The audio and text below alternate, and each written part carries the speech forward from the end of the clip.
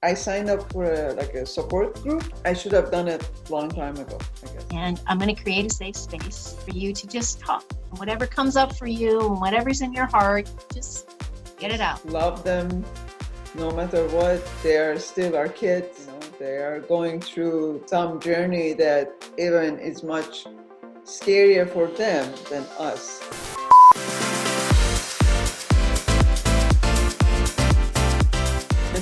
Hi, Azita. Hi, Terri. So happy to talk to you. Beautiful, by the way. I'm digging the red glasses and the red lipstick, and then the shade of color in your hair. So stylish. Stop it. I want to talk about your transgender son. And I've talked to Jesse. I love Jesse, and I feel such a connection with him. And I just wanted to speak to you about your experience, what came up for you as a mother, that, the thing that most mothers have about it's my child and I don't care.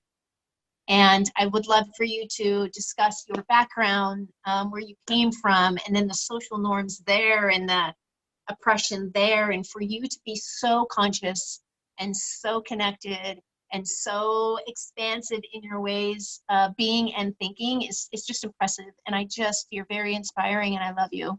So give us a little background of who you are and where you came from, so the viewers get a taste of how badass you are. Oh.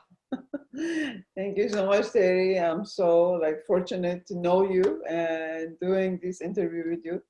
My name is Azita, and originally I'm from Iran, but I live in Canada, Toronto, Canada right now, with my 2 kids, and one of them being transgender.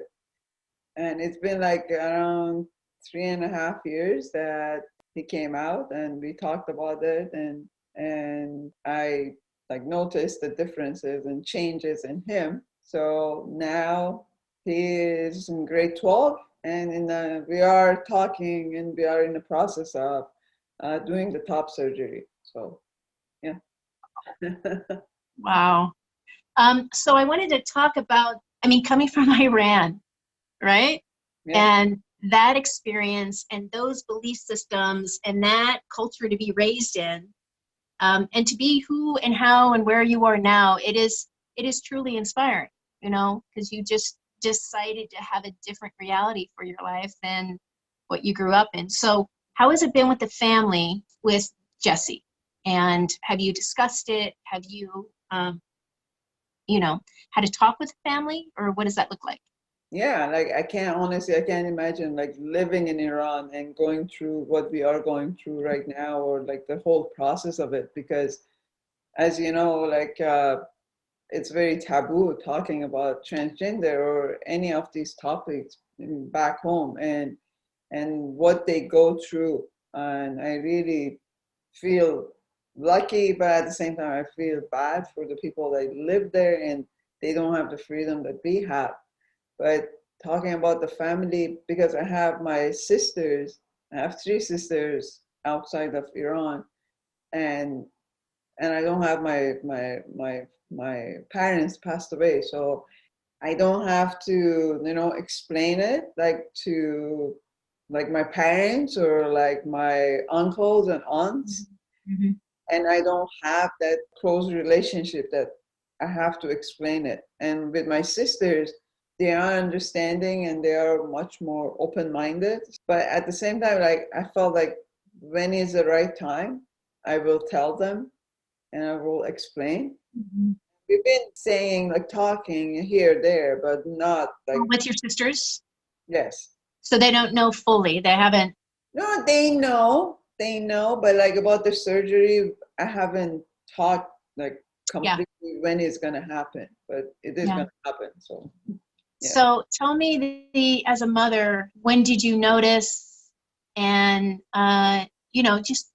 just out of respect of what I find inspiring is just how you took it in stride.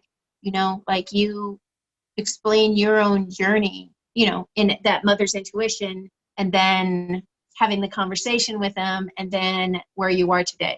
Jesse really had a hard time in grade 7, 8, and like lots of like depression and anxiety, and I didn't know like what's happening, and I guess he didn't know what's happening like in himself, and therapy here there, but like nothing would really click.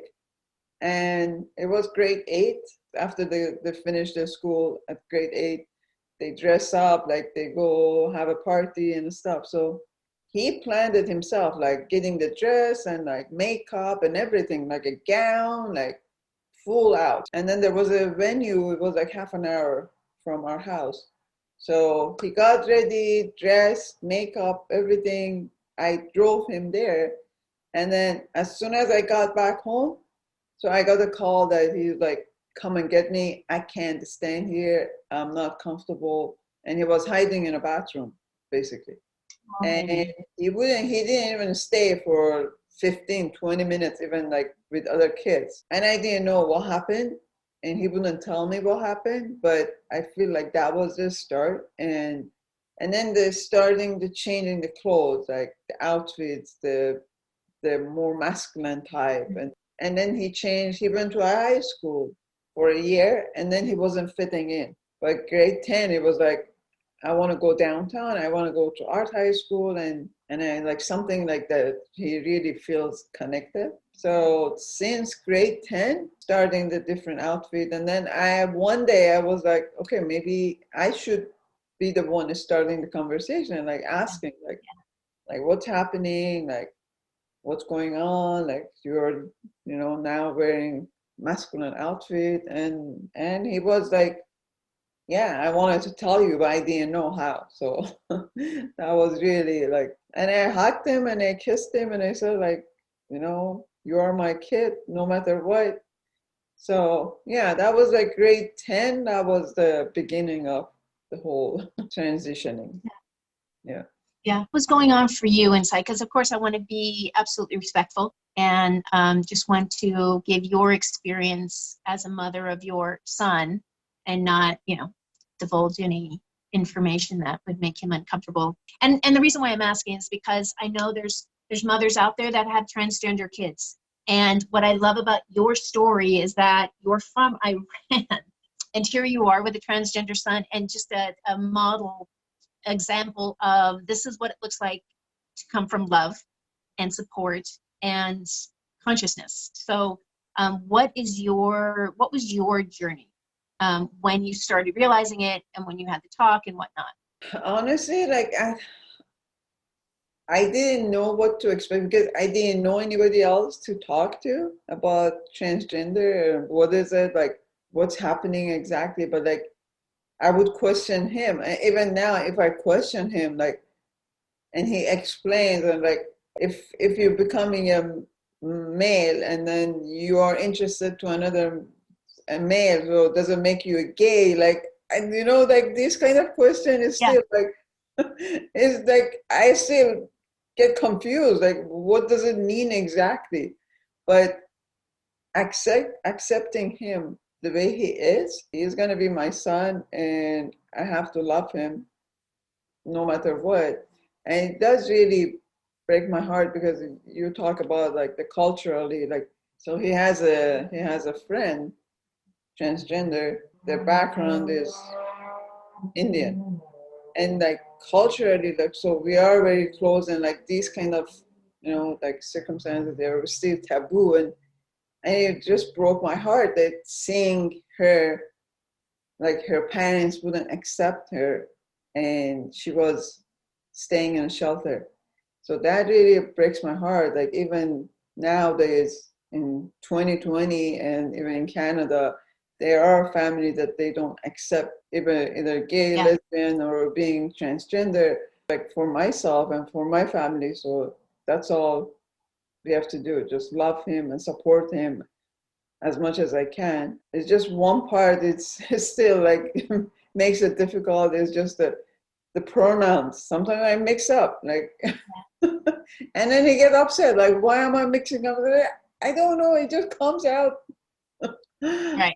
And honestly, with that, like giving yourself some love and grace, right? Because you are going to mix up, because in your mind, in your mind, do you still have your, as a mother, like holding your baby girl, but your baby girl has a different idea of what his identity is, you know what I mean? So yeah, just you giving yourself some love and grace, and yeah, you're gonna mess up, but my love is still there. And yeah, but for him, as a teenager, this is a huge thing. Like, why am I mixing up? Like, even changing the name for a year, it was really hard to transition the name too, because her name was something else, and like now that he has a different name, and that adjustment wasn't easy. And now is the pronouns. They're like, I understand. It is refreshing to me in 2020 to see how far we've come, and I know for sure that just opening up the dialogue and talking about it and talking about it and talking about it and talking, especially for women, because it's important that we talk it through. I know for me, if I'm spinning, sometimes I just need to speak and just, I'll call you, Azita, I just need to talk and you need to listen and I just need to get it out, because once I get it out, then I'm like, oh, okay, that's what I need to do. So I appreciate you coming on and talking about this, because we get to have this dialogue and you being honest about sometimes I screw up the pronouns and I am sorry and I am committed to working on it so that it's different. Mm-hmm. How is, because I know you have you had 2 daughters, and how is his sister with all of it? Do they talk about it? Are they close? My daughter, she is in grade 11, and I can say, like, since she's like grade 10, so Jessie was grade 11, she was grade 10. The conversation and like being closer, and then COVID hit, and we're all home, right? So like, I feel like somehow made us be closer and have a open conversation and dialogue, and talk about anything. And she is very supportive too. Like she like understand, and like she's very supportive, and she loves him no matter what. And oh, great. yeah, like I honestly, I wouldn't even expect in my ex even like being so supportive, and like he wants him to have a surgery and like name change, everything, so it's done. So he can move on in his life. Still, the surgery part, like we had the consultation like 2-3 weeks ago, and that was really like hit me like, wow, this is becoming real. Like this happening. is happening, Yeah. So even though it's just a top surgery, but it's still like, you don't want your kids have surgery at all, no matter what kind of At surgery. all. Right. It's very, very, yeah, it was hard when I sat there and listened, and they explained to me like what's a procedure, what's going to happen and stuff. But if that makes him happy, and I want to see him happy. I want to see him like have more self-confidence in himself and his body, so he can move on in his life. So yeah. Did so that, and I actually I interviewed, I don't know if you know Paul, but he was talking about how it's the person. If it's the person, some want top surgery, some want everything, some want nothing. You know what I mean? And I love how someone defines themselves as whole. And I am just appreciating the fact that, one, you're in Toronto, Canada, and I would think that Canada's got more of a open mind with things. Yeah, I love Canada. They're so fabulous. I was just going to ask if Canada pays for that. Does Canada pay for the surgery? Yeah, they do. Wow.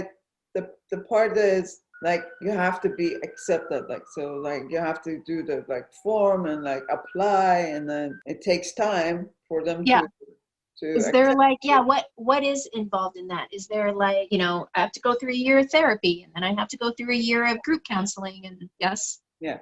So it's like hormone therapy, and like being on testosterone, and then like going to therapy, like the family doctor has to train, all these things. And that's a part, like, for example, like Jessie doesn't want to be on testosterone, doesn't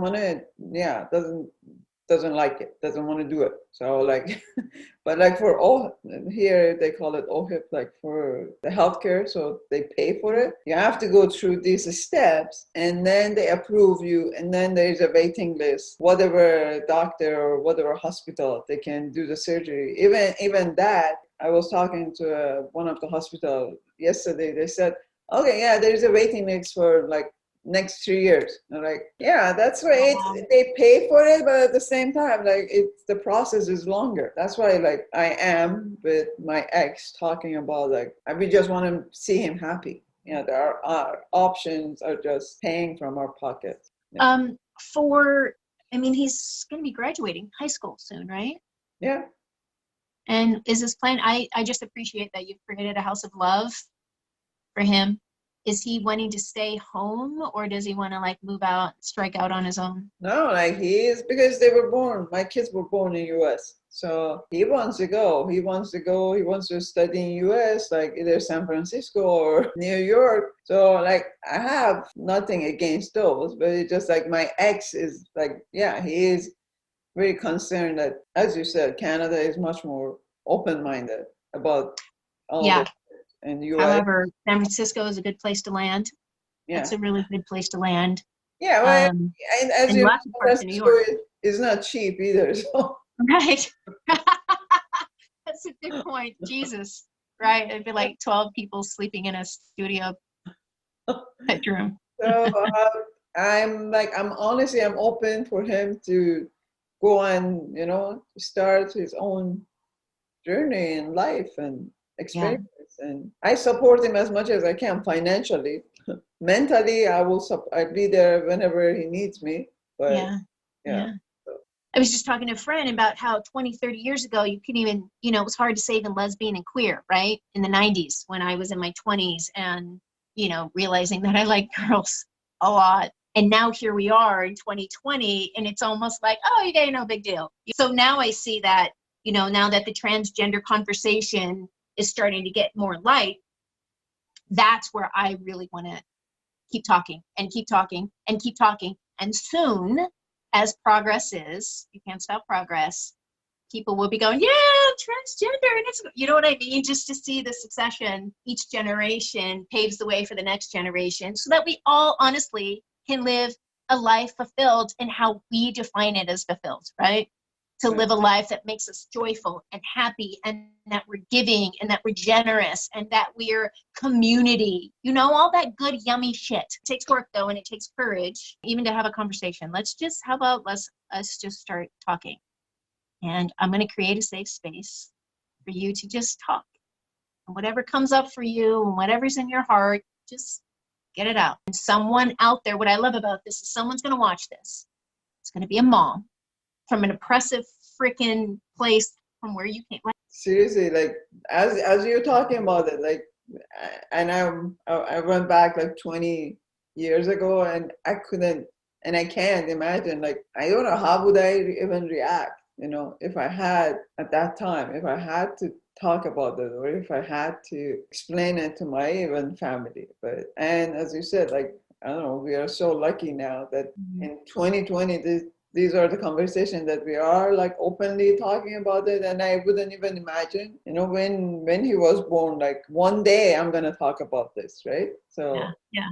I guess nobody knows until the kids are all grown up and they start to realizing what they are and who they are and where they are. And so one thing I just want to add, like I signed up for a support group, and I should have done it a long time ago. And I was like, oh, that's right. You had your first meeting, didn't you? Yeah. Oh my God! Yay! How was it? This afternoon is the second meeting.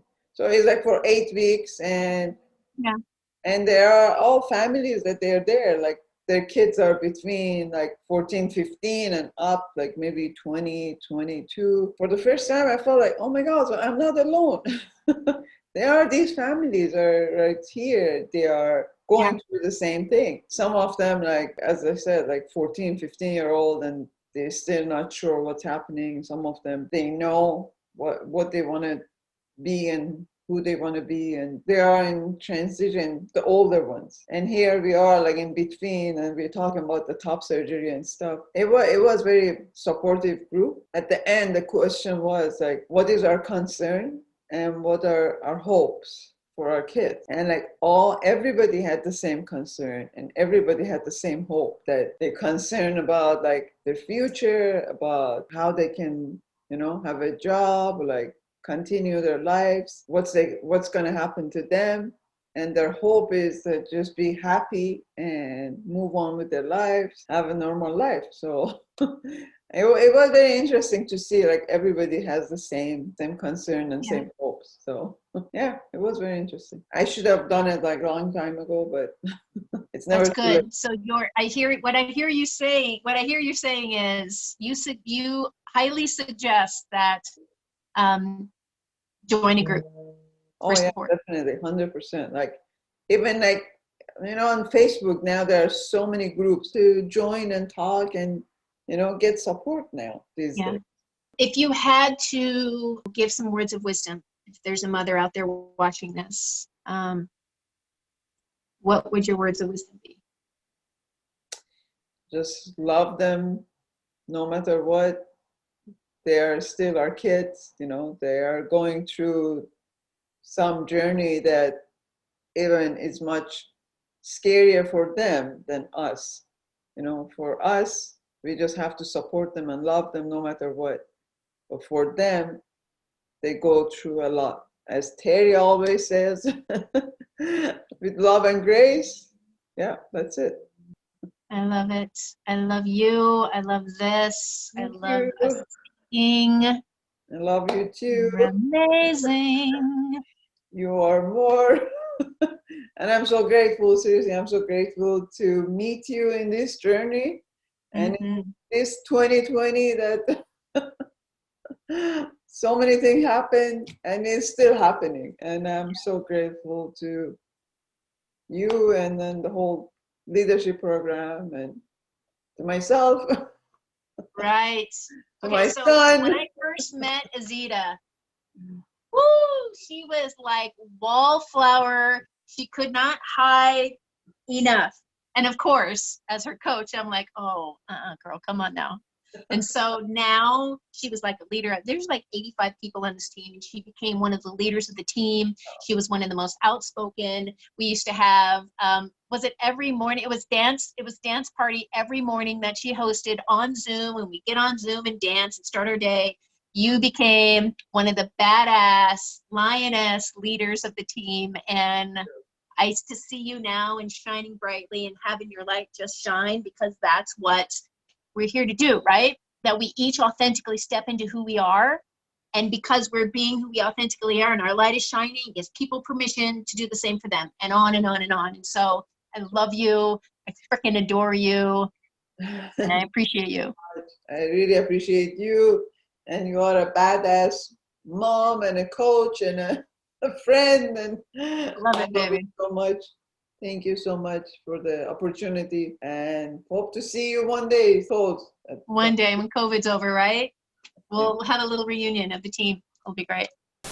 I've been a photographer for the last 30 years. I want to capture this because this is history. This is not, something is happening now. So I want to capture it. And like people were really, really touched by it. And I really love it.